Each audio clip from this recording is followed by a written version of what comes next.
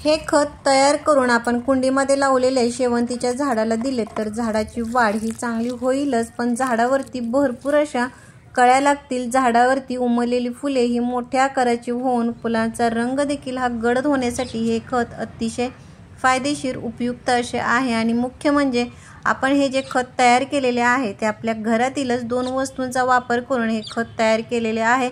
तर या वस्तूंचा वापर करून खत कसे तयार करायचे, तयार केलेल्या खताचा वापर कसा व किती प्रमाणामध्ये करायचा हे आपण पाहणार आहोतच।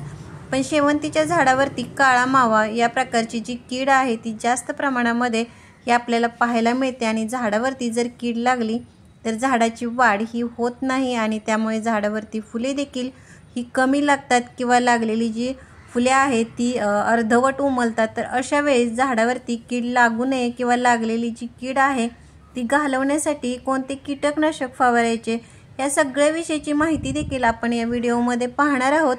तर त्यासाठी व्हिडिओ कुठेही स्किप न करता शेवटपर्यंत नक्की पहा आणि जर तुम्ही आपल्या चॅनेलवरती नवीन असाल तर व्हिडिओला लाईक व चॅनेलला सबस्क्राईब करायला मात्र अजिबात विसरू नका।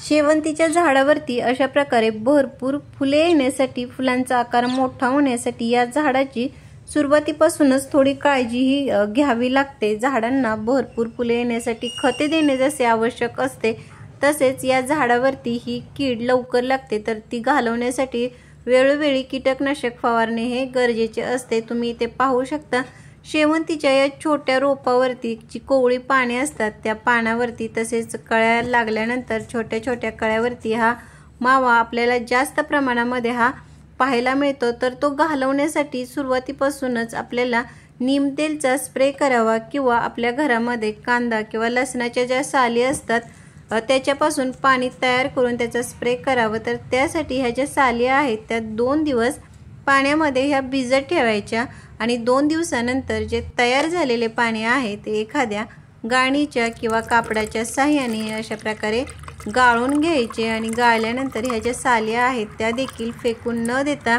तुम्ही त्याच्यापासून अजून एकदा पाणी तयार करू शकता किंवा त्याचा खत म्हणून देखील हा वापर केला तरी देखील चांगला फायदा होतो। आणि हे पाणी गाळल्यानंतर देखील त्याचा डायरेक्ट झाडावरती स्प्रे न करता गाळलेले जेवढे पाणी आहे त्याच्यामध्ये अजून तितकेच साधे पाणी मिक्स करून ते एखाद्या स्प्रे बॉटलमध्ये भरून त्याचा संपूर्ण झाडावरती हा व्यवस्थित स्प्रे करावा। अशा प्रकारे या पाण्याचा जर तुम्ही स्प्रे अधूनमधून करत राहिला तर शेवंतीच्या झाडावरती कसल्याही प्रकारची कीड ही लागणार नाही। आता आपण झाडाला वाढीसाठी भरपूर कळ्या फुले येण्यासाठी ज्या 2 वस्तूंचा वापर करणार आहोत त्यातील ही जी पहिली वस्तू आहे ती म्हणजे हे आपल्या घरामध्ये असणारे हे मेथी दाणे आहे।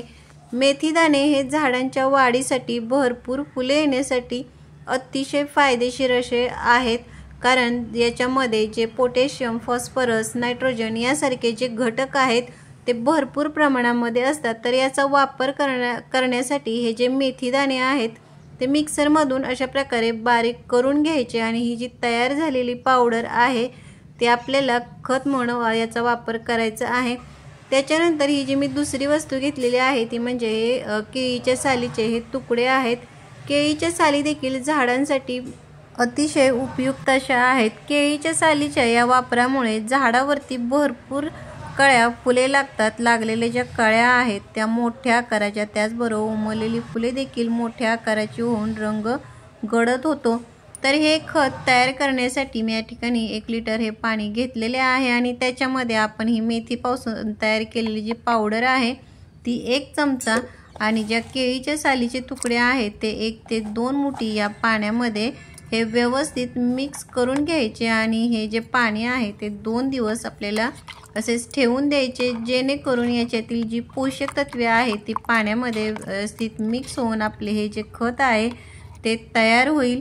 2 दिवसानंतर तुम्ही पाहाल अशा प्रकारे आपले हे जे खत आहे ते तयार झालेले आहे। तयार झालेले हे जे खत आहे ते व्यवस्थित मिक्स करून घेतल्यानंतर त्याचा वापर देखील आपल्याला डायरेक्ट झाडावरती हा करायचा नाहीये। तर आपण जेवढे खत घेतलेले आहे त्याच्यामध्ये अजून 2 ते 3 पट साधे पाणी मिक्स करून नंतरच या पाण्याचा आपल्याला खत म्हणून हा वापर करायचा आहे।